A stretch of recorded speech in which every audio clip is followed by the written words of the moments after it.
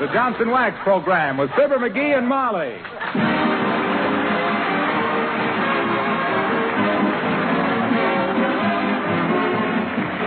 The makers of Johnson's Wax, Johnson's Car New, and Johnson's Self-Polishing Glow Coat present Fibber McGee and Molly, written by Don Quinn, with music by the King's Men and Billy Mills Orchestra.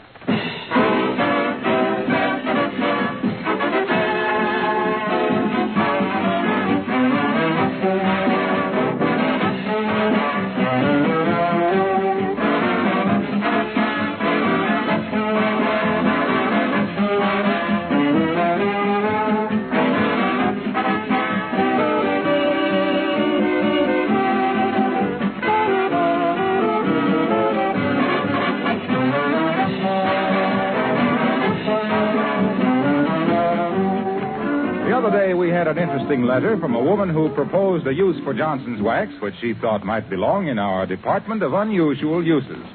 It had to do with protecting and improving the looks of porch floors and woodwork now that spring is here and porches are coming into use again in so many parts of the country. Well, this use for Johnson's Wax really isn't unusual, but it's a good idea, especially now that homes throughout the land are getting their spring house cleaning. Clean your porch floors now, and then spread on a coat or two of Johnson's paste or liquid wax. Wax the woodwork, too. You'll be giving the finish, whether paint or varnish, honest-to-goodness protection against dirt and the rains that blow through your porch screens. And you'll make future cleaning easy, because the extra dirt and dust that accumulates on porches is easy to wipe off Johnson waxed floors and woodwork.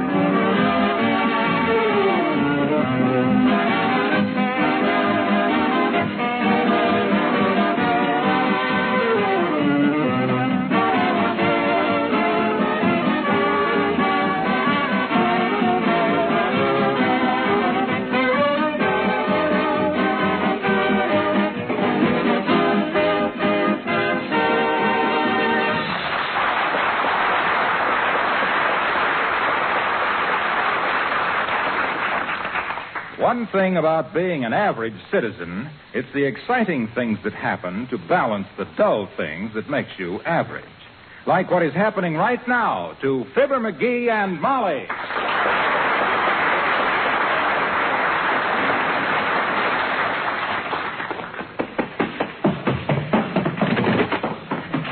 Hey, Molly. Something awful has happened. Now, take it easy, McGee. Well, gee whiz. Whatever it is, in 20 or 30 years, you'll look back at it and laugh. Yeah. I'll be looking back at it through the bars of a jail. That's where I'll be looking back at it through the... My gosh, I'm in an awful mess, Molly. Oh, McGee, you get into more stews than a restaurant oyster. All right, tell Mother. Oh, look, I stole a car. You what? Well, I didn't exactly steal it exactly. I just borrowed it. Now, wait a minute, dearie. This isn't like you. Well... I've known you to sneak a peek at the discard playing gin rummy and give yourself a slight edge in your income tax, but I've never known you to steal. Wasn't exactly stealing. You see, I had to get downtown in a hurry, see? What for? Well, they got a new punch board at the cigar store, and the first prize is a swell big ashtray showing Roosevelt and Churchill shaking hands, and it says underneath, put it there.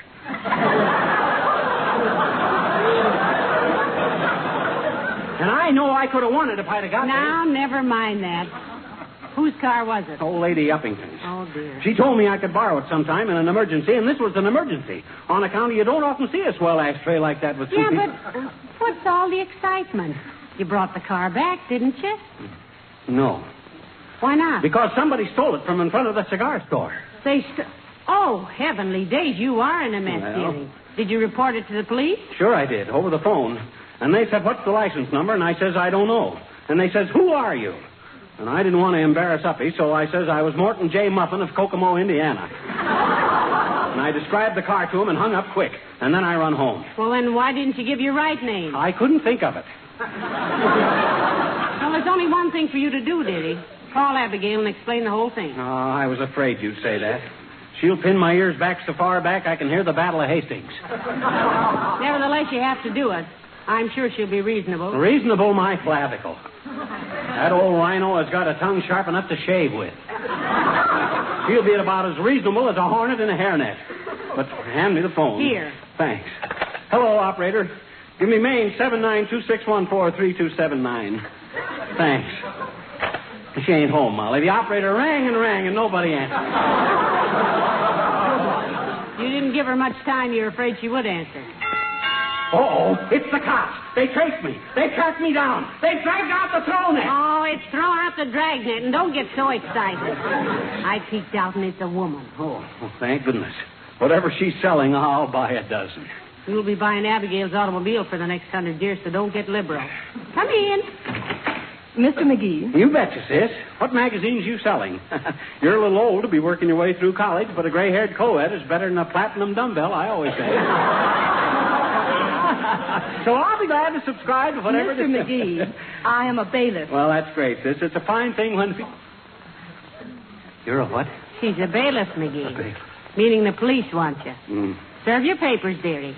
This isn't official, Mrs. McGee, Oh. but they would like to have Mr. McGee drop in at the police station as soon as convenient. Thank you. Boy, this looks bad. You see how polite she was?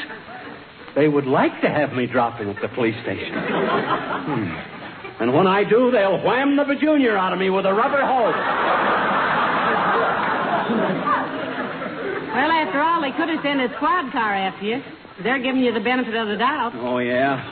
Those guys wouldn't give you the hapius off an old corpus. I'll bet they want me to make a break for it so when I come running out, they can shoot me down like a dog. Don't be so gangbusterish. You haven't committed any crime. Is that so? I gave the cops the wrong name, didn't I? You weren't under oath. Oh, wasn't I? You should have heard them. Well, come on, McGee. Huh? Where? To the police station. Huh? Might as well get it over with. Oh, no, you don't. I ain't walking into no trap. I got to get me some character references. I got to get a lawyer. Do you know any lawyers? Sure I do. A friend of mine in the Elks. Old Oliver Prost. We call him Nolly Prost. Come on, let's go see him. All right, I'll run up and put my face on. I'll be right down. We'll get going. Ah, there's a good kid. Sticking by me through thick and thin. I'll bet if they send me to prison... they can't send me to prison for borrowing a car. Oh, no, boy, they can throw the book at you for that. Well, I didn't steal it. Yeah, but can you prove you didn't steal it? I don't have to prove it. All I done was to... Oh, my gosh, they got me. Well, I'll go quietly. Car stealing is bad enough without beating up a couple of cops. Come in. Hi, mister. What you sticking your hands out for? I thought I was going to be... Oh, hi, sis. I'm glad to see you. See, are you? I sure am. Why? Huh? Why? Why are you glad to see me? Gee, you hardly ever, almost never are. Well, it's just sheer relief, sis, old sis. I was expecting some very unpleasant visitors. While you're nothing to be cast away on a desert island with, you're a darn sight better than a couple of harness bulls. Gee, are you getting some harness bulls, mister? On the contrary, sis. On the contrary. Look, sis, I guess you better run along now. I don't want to be in hospital. I don't want to be an old nasty, but, well, I got to be alone. I want to be alone with my thoughts. Oh. Look, mister. Yeah? We've been friends a long time, haven't we? Certainly seems like a long time. I'll admit that. You got something on your mind, I know. Huh?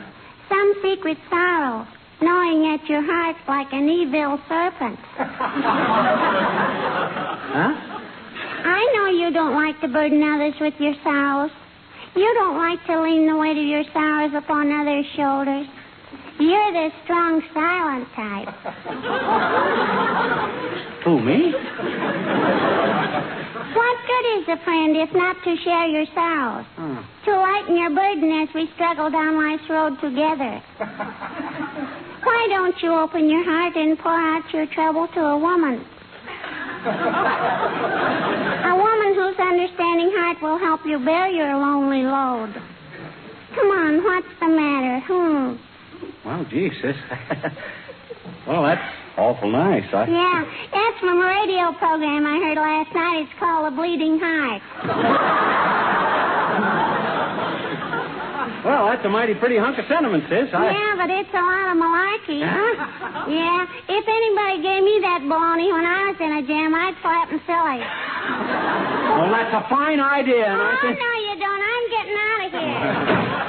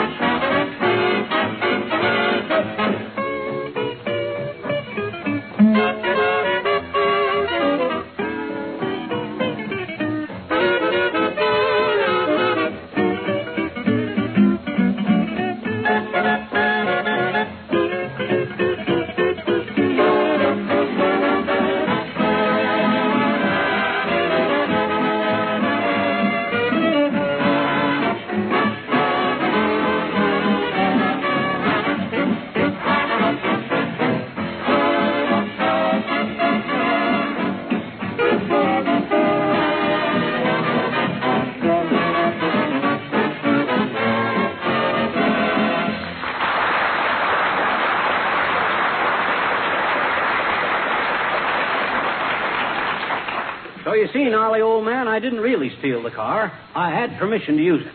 Now, where do I stand with the cops now? Yes, Mr. Pross, we've got to say the right thing at the police station, you know. Well, as I see it, the crime, if it was a crime, and there will be extenuating circumstances to it.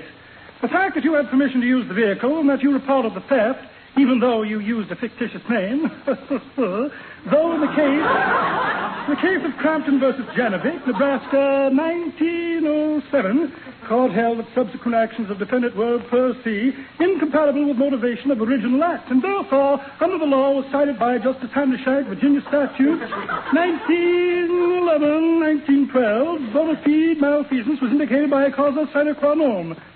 You see what I mean? In words of one syllable, no. Me either, Nolly. You going to handle my case or not? My friend, you're hotter than a dime store frying pan, and I wouldn't touch this case with the mast of the Mayflower. Is that clear? It is. And thank you, Mr. Pross, for your trouble. And if there's anything we can ever do for you, just ask us. Yeah, and we'll sock you right in the puss. Come on, Molly. Well, he was a big help. You got any more big-hearted friends that will rush to your defense, dearie? Hey, I got to do something quick. What I need is some character witnesses. Might be smart to leave your character out of this, sweetheart. If Mr. Pross was too scared to handle the case, you must be halfway to the hot seat right now. Oh, that's silly. I haven't done anything. Gee whiz, they can't treat me just like this. Well, hello there, kids. What you doing in this building? Oh, we had to consult a lawyer, Mr. Oldtimer. Oh, kids. Don't do it. Don't do it. Huh? Patch up your troubles and make the best of it. Look, daughter, maybe Johnny here is kind of impulsive and is always putting his best foot in his mouth. So what? And Johnny... What are you talking about? Oh, you two kids seen a lawyer when you've been so happy together. Why, Jiminy, don't you know that marriage is a wonderful thing and nobody should Say, ever... who's talking about marriage? We had to see a lawyer about somebody stealing a car. Yeah. Oh, I see. Thought for a minute you and Johnny were... it wouldn't be a bad idea either. How you ever managed to get along day after day with that little squirt, bragging and shooting off his bazoo? Why, it's insane. You get trot back in there, daughter, and file papers. Oh, cut it out. I got no time for kidding, old-timer. Look, how'd you like to be a character witness? For who? For McGee. Johnny, I do it just for the fun of it. I've seen a lot of characters in my day, but by ginger, you top them all. Wait till I talk to him. Is he a character, I'll say? No. All I need is somebody to vouch for me with the cops. Tell him I'm a good citizen. Yeah. Tell him he wouldn't steal. Tell him I'm upright and honest. Oh. Tell him he's straightforward. And truthful. No, wait a minute, Johnny. Don't reach. Anyway, I can't make it today. You'll have to get somebody else. I see. I always heard that a man's best friends were dogs, and they're certainly acting like it. Okay, old-timer, but don't ever ask me any favors. No, kids, don't be like that. I'd do it if I could. I'd go with you in a minute, except What? that in a minute I got an appointment with another feller. Yeah. Well, good luck, Johnny. Remember, if they hang you, you got a legal right to a chicken dinner.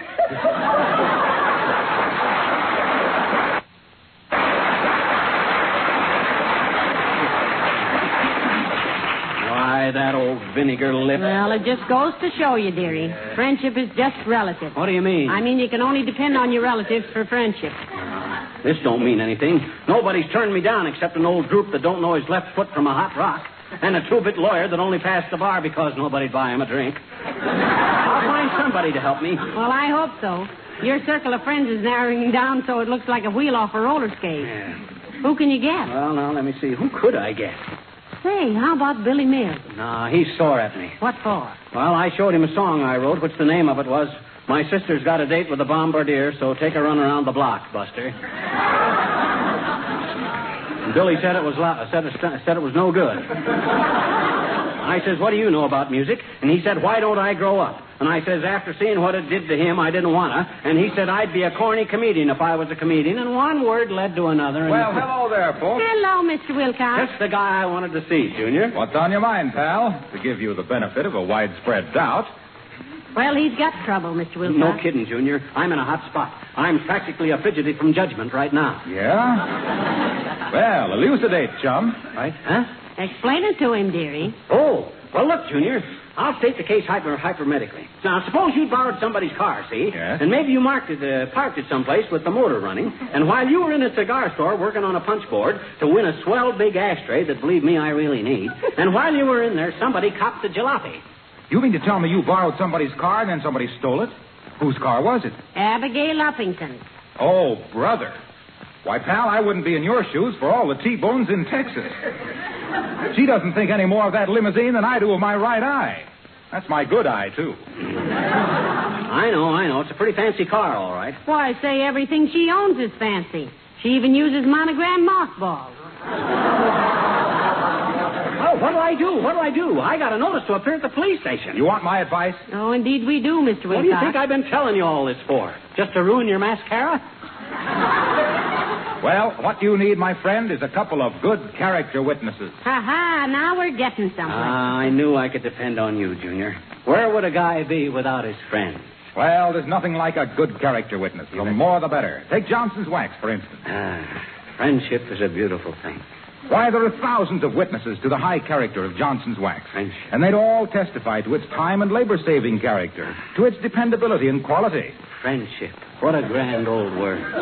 Why, when a product has character and quality like Johnson's wax, it never has to worry about friends to recommend it. Friendship. They all know that Johnson's wax is the finest thing in the world to protect and preserve floors and furniture and woodwork and enameled surfaces against dust, dampness. Friendship. Let me sit by the side of the road in a house and be friendly.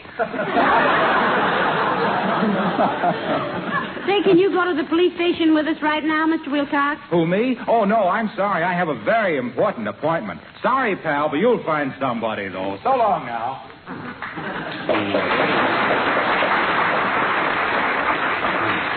How do you do it, dearie? Do what? Inspire such unselfish devotion and loyalty in your friends. They all leap to your aid like a bunch of cast-iron deer. Yeah. Like a fleet of ships deserting a sinking raft. Stop it now. You can't talk to you about you like that. Well, I'm glad I got one friend, even if it is only my wife. And hey, I know who will vouch for me. Doc Gamble. His office is right down the hall here. That's a wonderful idea, McGee. And I paid his bill only yesterday. Fine. Come on. Hello, McGee. Hello, Mrs. McGee. Hello, Doctor. Hi, Doc. Now, look. Take it snappy, McGee. I got to go out on a call. Mrs. Toops' little boy just swallowed a nickel. Well, maybe he'll get the wrong number and get it back. Now, look, Doc. McGee's in a jam, Doctor. What's abnormal about that? First time I see him when he's not in trouble, I'll go see a doctor.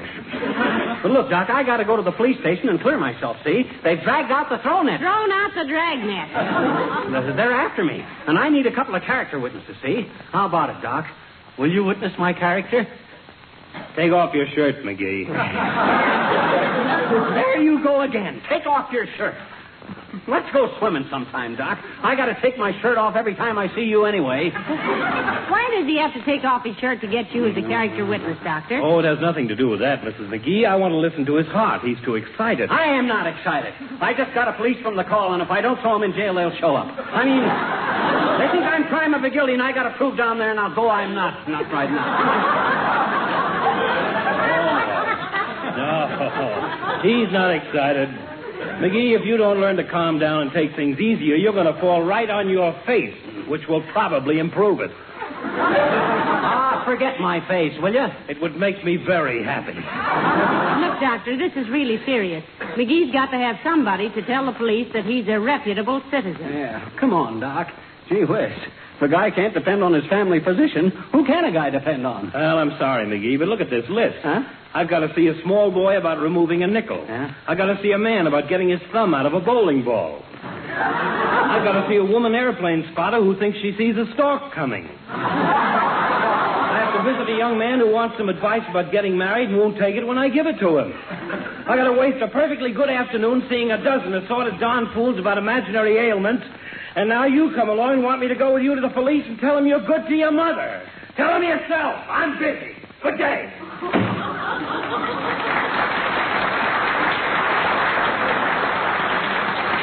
McGee, Huh? take off your shirt. Huh? I want to cry in it.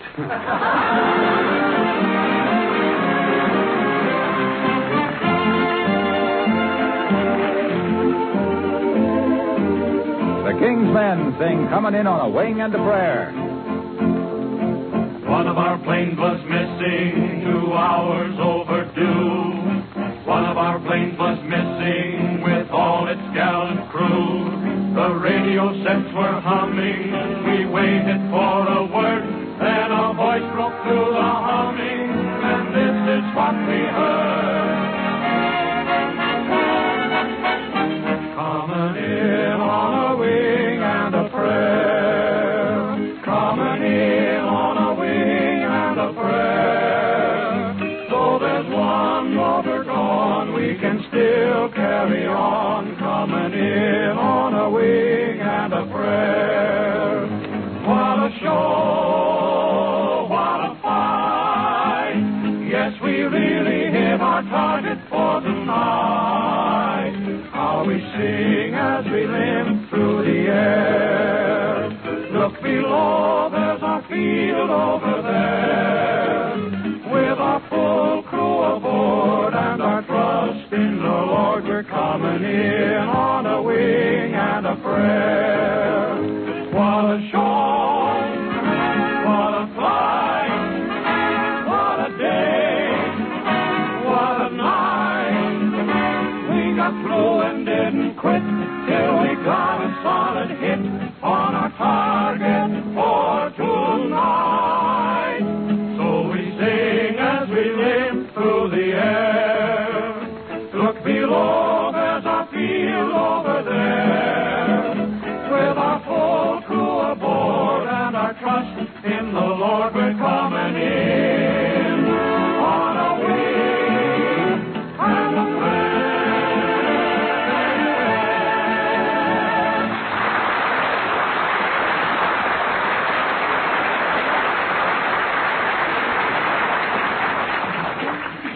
Well, here's the police station, McGee. Come on, let's get it over with. Wait a minute, I want to get my story straight in my mind. So you see, Captain, I am perfectly innocent.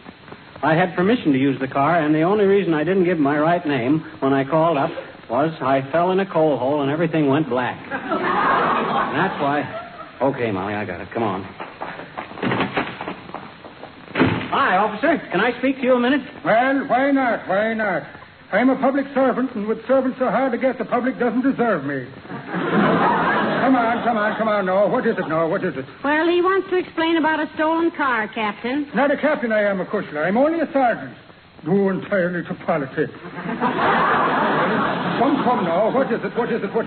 Look, Sarge, I'm Fibber McGee, 79 Wistful Vista. Wait a minute now. Clancy. Yes, Sarge. Take this down in longhand. I can take it down in shorthand. I said take it down in longhand, you omadon. With longhand, one of us can read it. Now go ahead, me bio. Let me tell this, McGee. Okay. Look, Captain. Sergeant. Well, you ought to be a captain. And who knows it better than me unless it's you, McCushler? Well, get on with it, Mahoney. Well, in the first place... Be quiet, you. Go on, lady. Well, my husband here borrowed a lady's automobile. Clancy. Sir? Take your feet off the desk. This woman is a lady. Yes, sir. Go ahead now, Alana. Well, it all started when I... Pipe down! Okay. Look, my husband borrowed a car from a friend, with permission, of course. I see. I follow her. And he parked it downtown, and whilst he was in a store, somebody stole it. I understand the person. He reported it to the police. I see. And I know who was the legal owner of the said vehicle now. Mrs. Abigail Uppington. Uppington, is it? Aha, Clancy. Yes, sir? Bring in the thief we caught driving the stolen vehicle. Yes, sir. Are those tickets for the police picnic I see on the desk there, Sergeant? McGee, buy a ticket from the sergeant. Huh? Why should I buy this? Oh, yeah. How much are they, Sarge? About a copy, me boyo. And you'll understand you're under no compulsion to buy a single one of them at all. You'll be wanting 10, no doubt. 12. 12? Yes, 12. Well, you better make it 15. Here you are, Sarge, $15. Well, thank you very much. You're a fine public spirited citizen, you are. And we are... Here she is, Doc. She was driving the stolen car when Fitzpatrick and Goldberg picked her up. Why, this is an outrage. I demand to see a lawyer immediately. Abigail. Uppy. Oh, Mr. McGee, will you tell this public detriment exactly who I am? Well, this is Mrs. Uppington, Captain. The owner of the car my husband borrowed. Your husband borrowed that Oh, so it was Mr. McGee who took my car and left it outside a cigar store with a motor running. Yeah, but look, Uppy, you told me I could take it sometime in an emergency, and there was a swell big ashtray with Roosevelt and Churchill shaking hands. Fancy. Let go of the lady's arm. What's the matter with you? Don't you recognize the rights of a citizen and a taxpayer? No, apologize. The apology is the police department. I'm sorry. Thank you. And now, Mr. McGee. You see, Abigail, McGee was merely only trying to... Be quiet! Quiet! All of you! Quiet! Oh. Driving me out of my mind. Lady, you can go. I'm sorry for the mistake. Thank you. I realize that you were only doing your duty, officer. But when my legal advisors get through with this man here, this Mr. McGee, he will be lucky to own the shoestring he started on.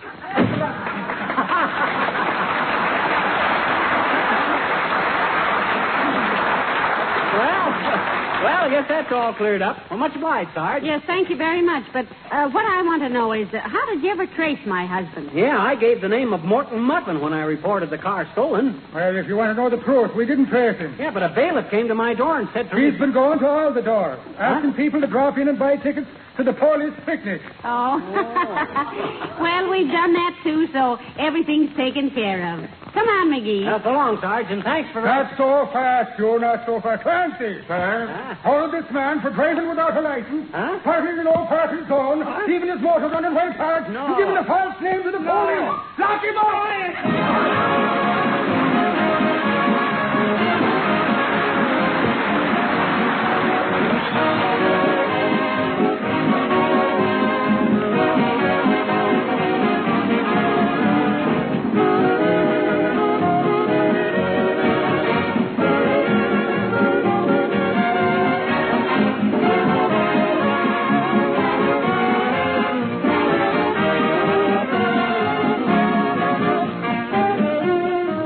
When I mention Johnson's self-polishing glow coat on this program, nearly every one of you will immediately think of your linoleum floors. And that's not merely because I have told you many times that glow coat is self-polishing, needs no rubbing or buffing, and besides saving you hours of work, also saves your linoleum by making it last longer. It's really because so many of you by now have tried glow coat and found these things out for yourselves. You know how easy glow coat is to apply, how quickly you can wipe up spilled things from a glow-coated floor. It's a great convenience to have Johnson's self-polishing glow coat on your shelf in times like these, when you want to take extra good care of your floor surfaces and still save time to devote to essential war activities.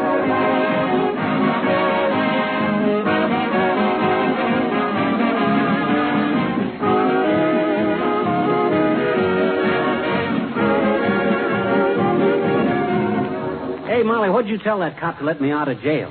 Gee, he shook hands with me and everything. You know, it was a funny thing about that, McGee. Huh? We found we were distant relatives. Oh. Sure. His mother was an O'Brien, and, you know, that was my maiden name. It was not. Your maiden name was Driscoll. Well, if you can give the wrong name to get into jail, I guess I can do the same to get you out. Good night. Good night, Al.